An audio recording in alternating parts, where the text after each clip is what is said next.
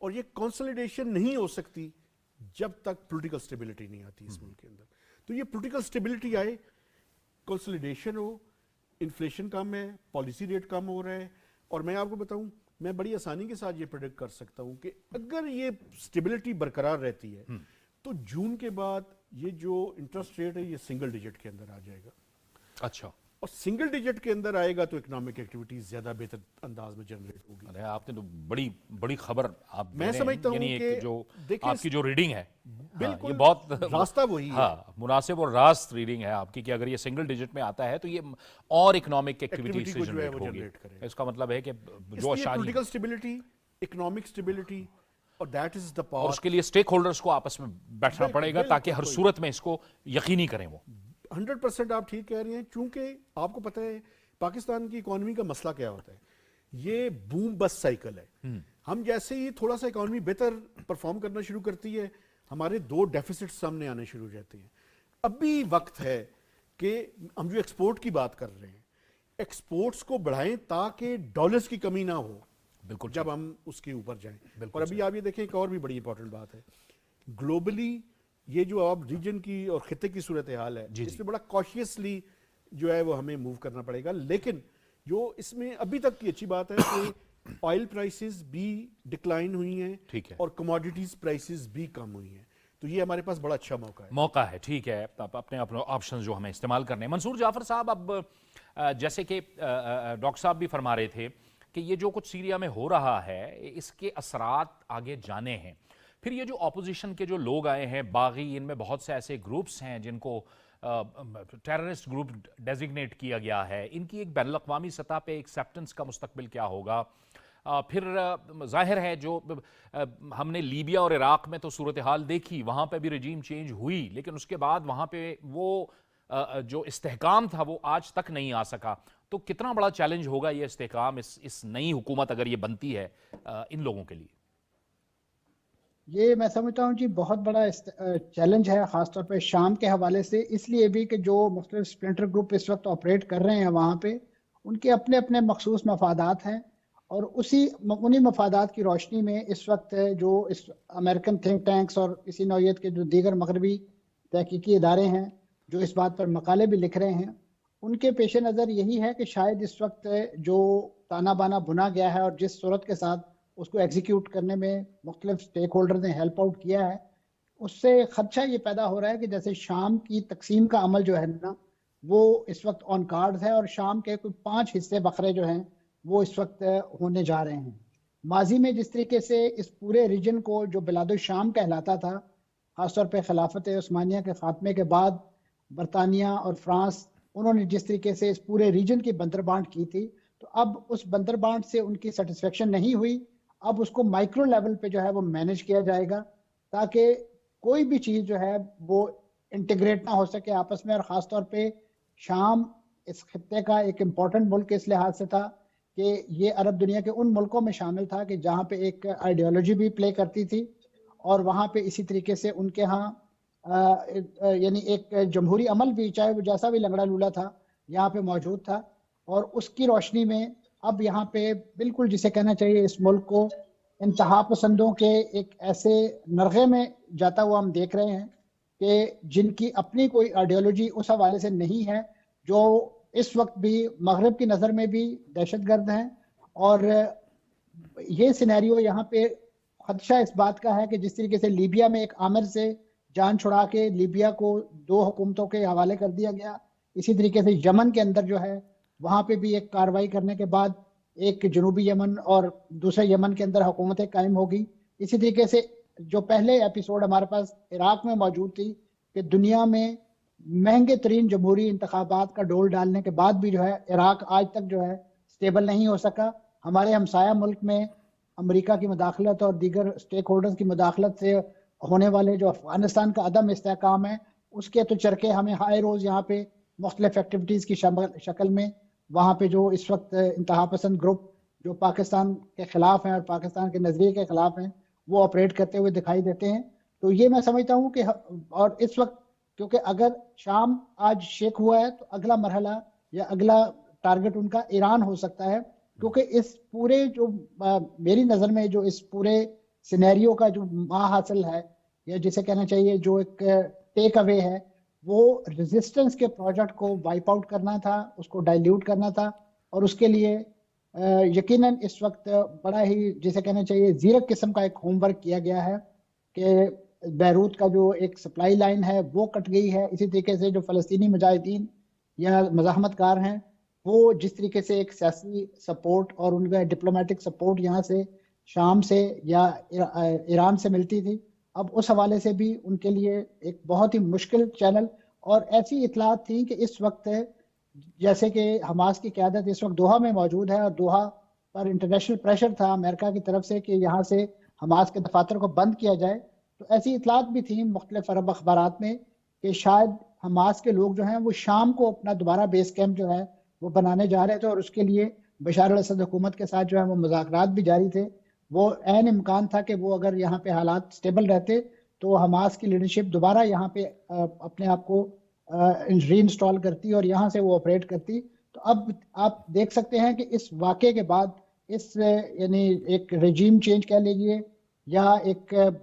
جسے سقوط دمشق کا نام دیا جا رہا ہے, اس کے بعد میں سمجھتا ہوں کہ مزاحمت کا پروجیکٹ جو ہے اس کو جتنا بڑا چرکا پہنچا ہے شاید ہی اس وقت جو امریکہ ہے اس کے عزائم تو سامنے ہیں, چاہے وہ موجودہ صدر ہوں یا آنے والے, وہ تو کہتے ہیں کہ میں مڈل ایسٹ کو جہنم زار بنا دوں گا. جہنم زار بنا دوں گا, یہ بالکل آپ درست کہہ رہے ہیں, بالکل منصور صاحب آپ نے درست نشاندہی کی ہے. لیکن ڈاکٹر صاحب یہ ایک عجیب سی صورتحال بن گئی ہے, یہ کتنی تشویشناک اب صورتحال ہے. ظاہر ہے ترکی, عراق, لبنان, ان کے لیے ایک تو مہاجرین کا مسئلہ بھی پیدا ہو گیا ہے, سلامتی کے بھی مسائل پیدا ہو گئے ہیں, ایک طرف اسرائیل ہے, دوسری طرف یہ ممالک ہیں, اردن ہے,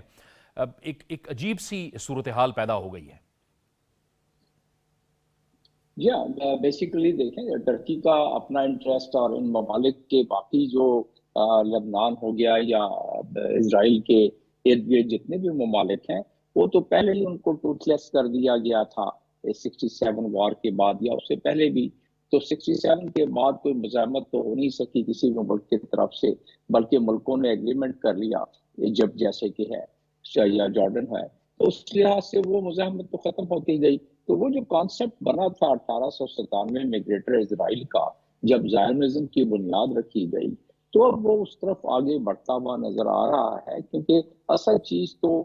بنیادی معاملہ تو یہ تھا کہ اسرائیل نے جو اپنی مزید بڑھاوا دینا ہے اپنے انفلوئنس کو اور غزہ کو اپنے ایڈمنسٹریشن میں لانے کا جو ان کا ارادہ تھا, وہ بلکہ ان کا ارادہ تھا کہ اس کو بالکل ہی غزہ کو آبادی کو وہاں ایتھنک کلینزنگ کی جائے. اور یہ آئی سی سی کی بات اس چیز کا ذکر کر چکا ہے, جینوسائیڈ کا ذکر آئی سی سی کی طرف سے ہو گیا ہے, ایویڈنس موجود ہے آئی سی سی کے پاس اس کی. تو اس کا مقصد کچھ تو تھا نا, اور وہ تھا کہ کسی طریقے سے اب غزہ پر بھی اسی طرح کا تسلط ہو جائے جیسا کہ ویسٹ بینک پہ ہے. تو وہ ان کا خواب پورا ہوتا ہوا آگے نظر آ رہا ہے. اور یہ جو ہمارے 57 ممالک او آئی سی کے ہیں, ان کی پریمبل میں بھی دیا ہوا ہے, اور ان کے آرٹیکل کے او آئی سی کے چارٹر کے آرٹیکل 18 میں بھی دیا ہوا ہے کہ فلسطینی کاز کو کس طرح سپورٹ کرنا ہے. اور وہ جو پچھلے 2-4 برس میں جتنی اسٹرینتھ ہے ہمارے او آئی سی کے ممالک میں اس معاملے میں کہ وہ ملٹی لیٹرل سینکشن تک امپوز نہیں کر سکے, 2 یا 3 سربراہوں کی میٹنگ ہوئی ہے ان کے چارٹر کے آرٹیکل 9 اور آرٹیکل 8 کے تحت, لیکن اس میں بھی کوئی جسے کہا جائے کہ اسٹرانگ قسم کا ریزولوشن پاس. تو ایک طرف تو یہ دیکھ لیں ہم اپنی اسٹرینتھ جو ہے, دوسری طرف دیکھ لیں کہ اب جو آخری مزاحمت رہ گئی تھی ایران کی طرف سے, وہ مزاحمت بھی نیوٹرلائز ہوتی نظر آ رہی ہے. اب ایران اس علاقے میں رہ گیا, لیکن مت بھولنا چاہیے انٹرنیشنل کمیونٹی کو کہ ایران کو سپورٹ اس وقت چائنا کی اور رشیا کی بھی ہے, اور سپورٹ اس طرح ہے کہ چائنا کے اس خطے میں تقریباً وہ جو اگلے 2 دہائیوں میں ان کا $400 بلین کا پروگرام ہے ایران میں, اور یہ بھی ہمیں واضح ہے ذہن میں اور انٹرنیشنل کمیونٹی کو بھی بڑا واضح ہے کہ انٹیلیجنس ایگریمنٹ چائنا کا اور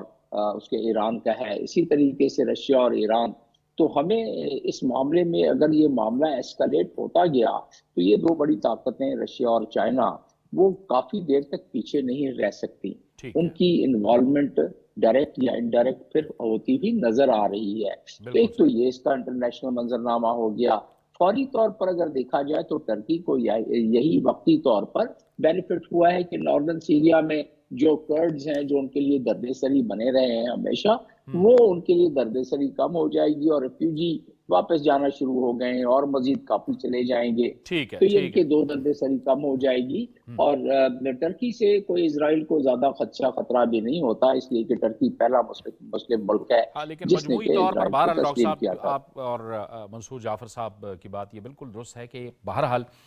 یہ ایک تشویشناک صورتحال ہے خطے میں توازن کے حوالے سے بھی اور اثرات کے حوالے سے بھی، کیونکہ وہاں جو کچھ ہو رہا ہے اس کے اثرات پھر پھیلنے کے خدشات بھی ہیں۔ بہت بہت شکریہ منصور جعفر صاحب آپ کا، ڈاکٹر جمیل احمد خان صاحب آپ کا بھی بہت شکریہ، اور مہتاب حیدر صاحب آپ ہمارے ساتھ شریک گفتگو رہے ہیں، آپ کا بھی بہت شکریہ۔ ایک بریک لیں گے اور بریک کے بعد پروگرام جاری رہے گا۔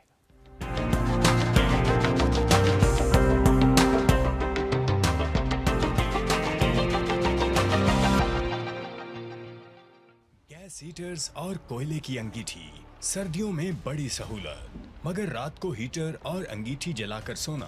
جان لیوا ثابت ہو سکتا ہے۔ گیس اور کوئلے سے کاربن مونو آکسائڈ بنتی ہے جو نہایت زہریلی اور بے رنگ و بو گیس ہے۔ یہ آپ اور آپ کے اہل خانہ کی زندگی کے لیے خطرہ بن سکتی ہے۔ سوتے وقت گیس ہیٹرز اور کوئلے کی انگیٹھی کو بند کر کے سوئیں۔ گرم کپڑوں کا استعمال یقینی بنائیں، محتاط رہیں، محفوظ رہیں۔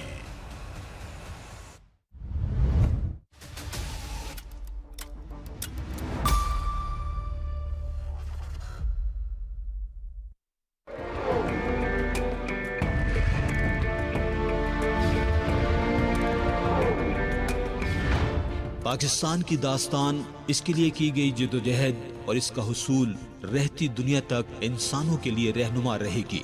کہ کس طرح عظیم مشکلات سے نبرد آزما ہوا جاتا ہے۔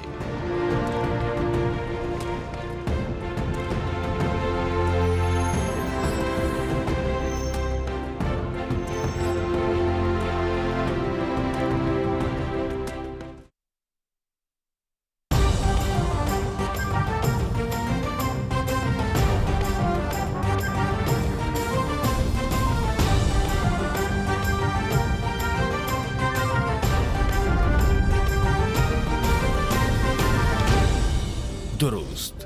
ہر وقت، بر وقت۔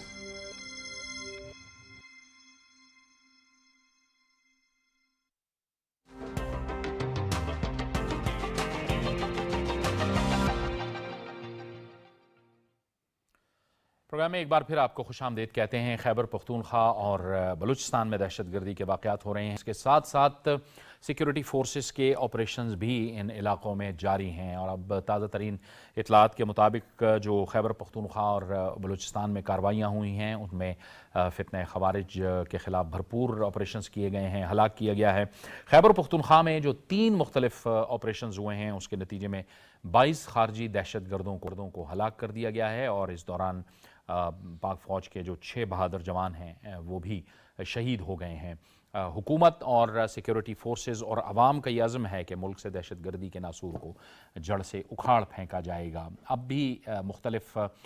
جو علاقے ہیں ان میں کیا صورتحال ہے، اور جو اس وقت ایک کوشش ہو رہی ہے کہ سیاسی استحکام ہونا چاہیے ہر صورت میں، اور تمام جو سیاسی اور جو سٹیک ہولڈرز ہیں، اصل سٹیک ہولڈرز ہیں، ان کو مل بیٹھنا چاہیے ملک کی استحکام کے لیے۔ اسی پر ہم بات کریں گے، اور اس کے لیے ہمیں جوائن کر رہے ہیں اسٹوڈیوز میں ہمارے ساتھ ہیں تجزیہ کار ملک منظور احمد، آپ کو خوش آمدید کہتے ہیں، اور تجزیہ کار بابر گورسی، آپ کا بھی شکریہ۔ ملک صاحب، اس وقت ہم افورڈ نہیں کر سکتے ملک کے اندر کسی بھی صورت میں سیاسی عدم استحکام کہ جب پوری قوم کو ایک بار پھر اکٹھا ہونا ہے جو دہشت گردی نے ایک بار پھر سر اٹھایا۔ جی جوید صاحب بہت شکریہ، بالکل آپ نے درست کہا، اور میں اس کے ڈوز کرتا ہوں کہ وہ لوگ جو پاکستان میں سیاسی عدم استحکام پیدا کرنے کی ایک مذموم کوشش کر رہے ہیں، اس سے وہ دشمن عناصر فائدہ اٹھا رہے ہیں جو اینٹی پاکستان ایلیمنٹس ہیں، اور یہ جو دہشت گردی، انتہا پسندی کی جو لعنت ہے، اس کو جڑ سے اکھاڑنے کے لیے ہماری جو آرم فورسز کی کارروائیاں ہائیلی کمینڈیبل ہیں۔ دیکھیں اس میں کتنی شہادتیں روزانہ ہو رہی ہیں،